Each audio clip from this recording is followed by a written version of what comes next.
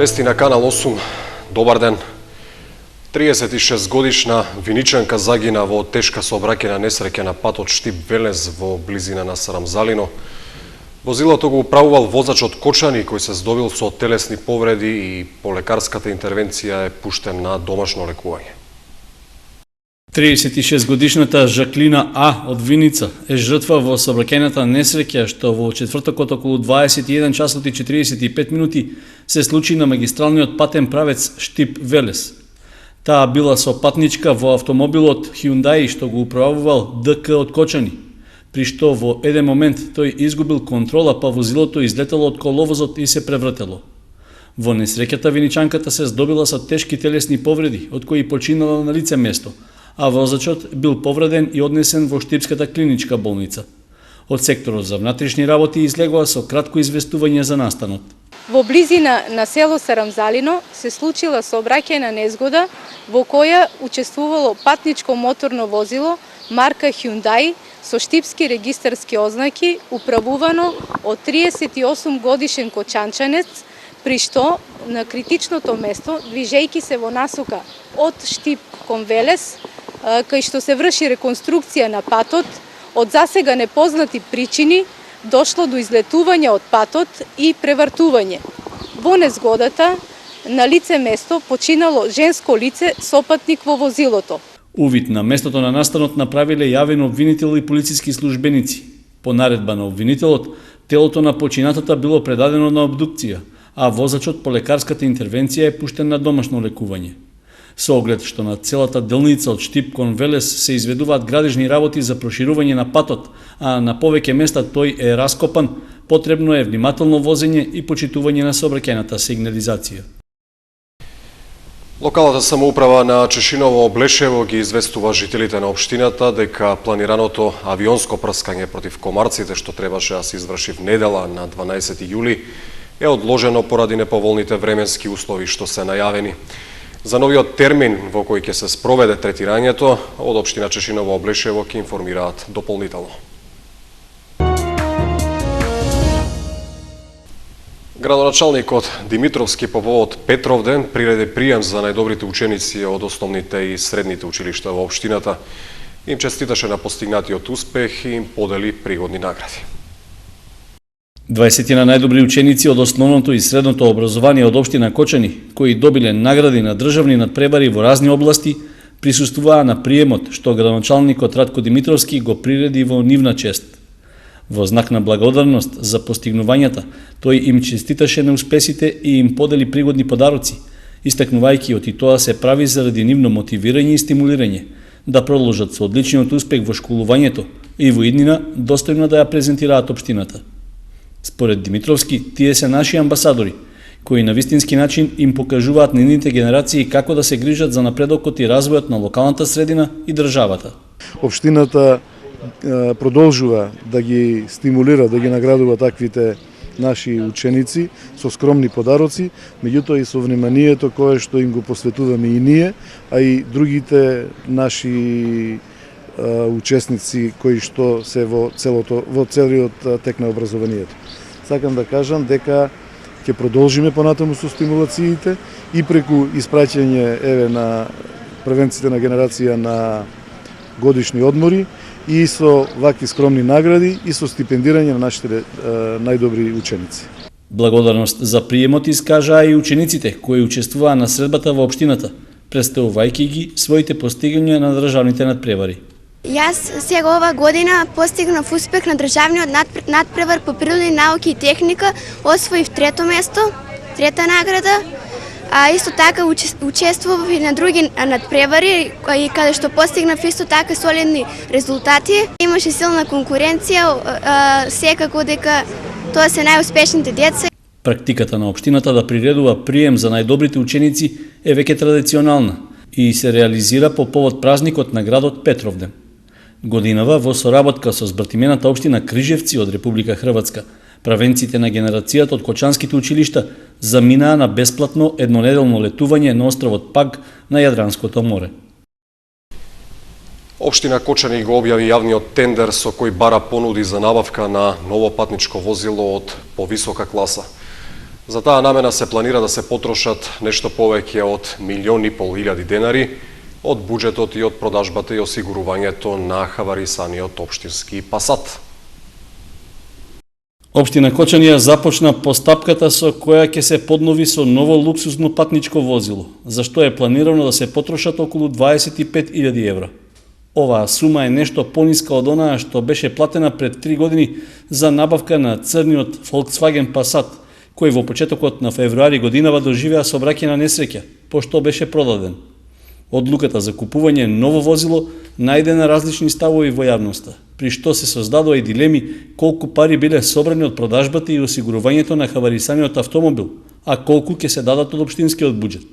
Бурна расправа имаше и на седницата на Советот на општината што се одржа во мај, а на која советниците од позицијата гласаа за ребаланс на буџетот со кој се издвоија 430.000 денари за купување на новото возило. Набавката беше кратко образложена, оти се прави затоа што било оценето дека е важна безбедноста на патниците, посебно за патување на подолги релации, а со поправката на хаварисаниот Пасат тоа не можело да се обезбеди.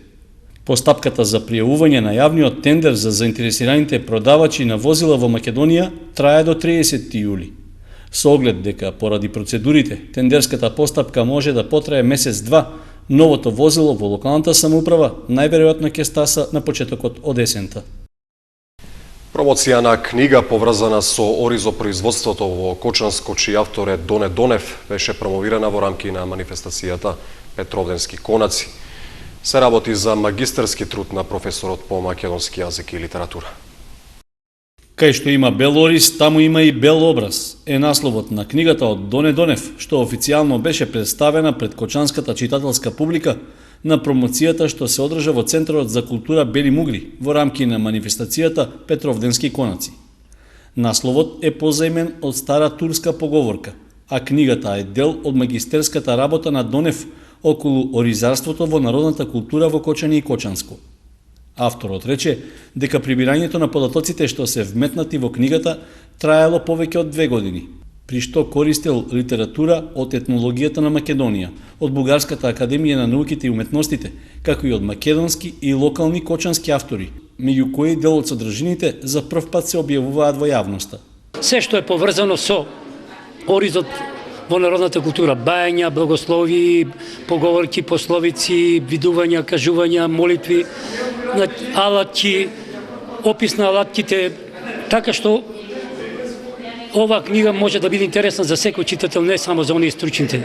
Инаку се занимавам или поточно истражувам уште резултати од самото доаѓање на турците тука и поврзани бајања, обичаи и кажувања, како што кажам. Истражувам, да речеме, кои биле дештибаните, што биле динките, кои биле диканите. Она се што е поврзано буквално смисла во народната култура. Тука за прв пат може да кажам дека ги спомнувам и први попови кои биле, први клисари кои биле, зошто се вика до Клеве, зошто се вика Стричани, од каде се доселениците, дека не биле од Горно Граче, дека биле од Горно и Долно Влас и Папаладовци. Спомнувам 11 села кои што прв пат ги има во книгата, а се изумрени во Кочанската околија, така што мислам да не должам многу, во кратки црти тоа е трудот. Промотор на книгата од Донев беше професорот доктор Зоранчо Малинов, директор на Институтот за фолклор Марко Цепенков од Скопје.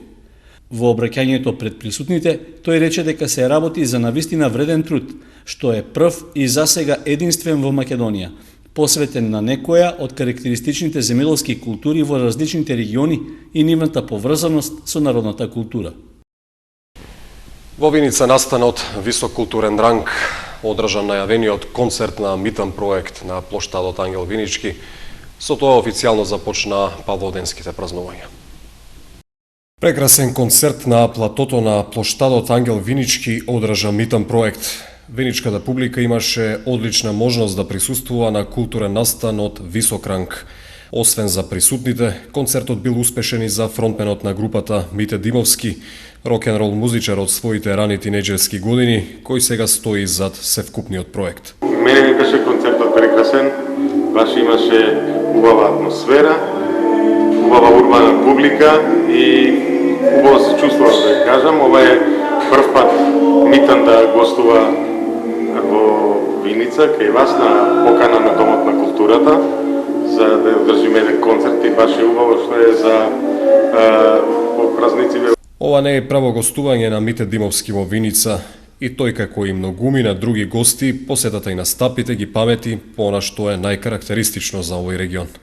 Иначе не сум прв пат во Виница, баш преска се присеќавме дека првиот настап мој во Виница е со Архангел 95-та година и заеднички е од тогаш и денеска, после 20 години, дека имавме супер концерти, дека не изедоа комарците, тоа го памтиме, стално го прераскажуваме, кај највише не јаделе комарци во Виница.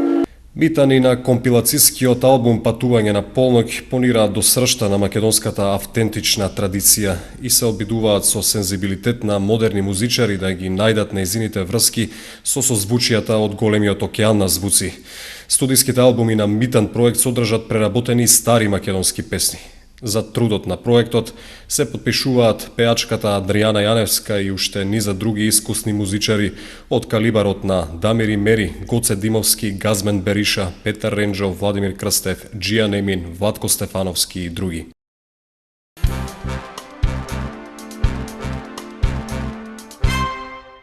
Кочани и Виница ги чествуваат светите апостоли Петар и Павле, заштитници на градовите. Храмовите подготвени за да ги примат верниците. Кочани и Виница празнуваат. За патронатите на двата града се предвидени повеќе културни и спортски настани. Но суштината е во православните традиции. Затоа повеќе од оправдано акцентот треба да се стави на верските содржини. Светата православна црква во недела го чествува големиот празник посветен на светите апостоли, кај народот нели познати како Петровден. Празник кој што ние го сметаме кочанчани како наш заштитен празник, патрон на градот. Традиционално, како и секоја година, така и ова, значи во сабота со почеток во 17 часот, ќе се ослужи празнично вечерно богослужение, на кој ќе чиноначалствува митрополитот Бергалнички Иларион. Исто така, утредната со почеток во 8 часот ќе се ослужи света божествена архиерејска литургија, на која ќе чиноначалствува митрополитот Бергалнички Иларион во сослужение со повеќе свештеници од Кочанското архиерејско наместништво. По завршувањето на богослужбата ги покануваме сите верници кои што ќе бидат присутни, па и оние кои што имаат желба, заедно со свечената литија да се упатиме до храмот, односно од храмот до паркот пред фонтаната, каде што се изобразени ликовите на светиот апостол Петар и Павле, каде што неговото високо преосвештенство ќе го благослови и ќе го пресече славскиот колач. На празникот му предходи Петровденскиот пост, чија должина зависи од празникот Великден. Овој пост, еден од 4 повеќедневни пости во текот на годината, започнува од првата недела под Духовден, а бидејќи овој празник е со непостојан датум и зависи од Великден, така и Петровденскиот пост трае различно. Значи со доаѓањето, со празнувањето на самиот празник завршува и Петровденскиот пост. Сите оние кои што си имаат подготвувано и имаат благослов од својот духовен отец може да пристапат ко светиот путир, односно да се причестат, додека повеќе пати повторуваме оние кои што немаат благослов од својот духовник, кои што не се подготвувале достојно и кои што се немаат исповедано да не пристапуваат кон светата тајна причест, бидејќи таквото причестување ќе им биде за осуда отколку за спасение. Светите апостоли Петар и Павле се заштитници на Кочани и Виница. На иконата се представени заедно, Петар со клучеви од рајот, а Павле со меч, символ на собствената смрт. И двајцата држат отворени книги. Сдруженијето на слепи и слабовидни лица од Кочани со своји активности се вклучува во одбележувањето на празникот на градот Петровден. По тој повод в недела 12 јули организира меѓународен турнир во голбол, шах и домино, на кој освен домакините ќе се надпреваруваат и учесници од Сдруженијата од Бугарија, како и од Скопје, Куманово, Свети Николе, Штип и Струмица. Турнирот во голбол започнува во 10 часот и 30 минути во спортската сала кај гимназијата, додека надпреварите во шах и домино се играат во просториите на Сдруженијето во бараката кај основниот суд.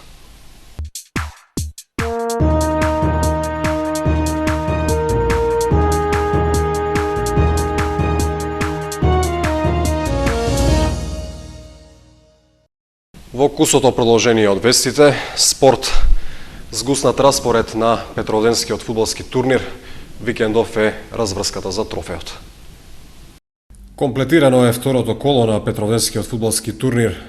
Во групата А Бели го совлада Меджик со 3:2, додека Аква славеше победа над Класик со 5:1. По две одиграни кола екипата на Аква оствари две победи. По една победа имаат Бели и Класик, а екипата на Меджик засега со двата пораза е без бодови. Во групата Б Либеро го совлада Сивидом со 3:2, додека Деликатес забележа победа над Аквариум со 2:1. Либеро и Деликатес во оваа група се со максимални бодови по двете победи во исто толку кола. Сивидом и Аквариум ќе бараат шанса за поправање на впечатокот. Распоредот на Петровденскиот фудбалски турнир е згуснат. Веќе в петок во попладневните и вечерните термини се играат надпреварите од третото и последно коло по групи. Во 18 часот се игра надпреварот помеѓу Меджик и Аква, во 19 се среќаваат Сивидом и Аквариум, во 20 часот силите ќе ги одмерат Бели и Класик, а во 21 Либеро се среќава со Деликатес. Сите надпревари се играат на игралиштето во градинката во населбата Текишински Лозја. Веќе в сабота на програмата се полуфиналните надпревари. Финалето е в недела во 20 часот. Слободен ден е на Илинденските спортски игри. Вториот круг продолжува со 4 надпревари од викендот. Шести ден на Илинденските спортски игри во Чешиново. Во четвртокот се одиграа два надпревари од првата група. Козијак загуби од Теранци со 0:3, додека Облешево забележа победа над Соколарци со 4:1. Со овие два меча стартуваше второто коло на игрите. Петок повторно е слободен ден, а од сабота на програмата е второто коло и во другите групи. Во 17 часот се среќаваат Чифлик и Жиѓанци, а во 19 екипите на Бања и Спанчево. В недела второто коло ќе го одиграат партиципиентите во третата група.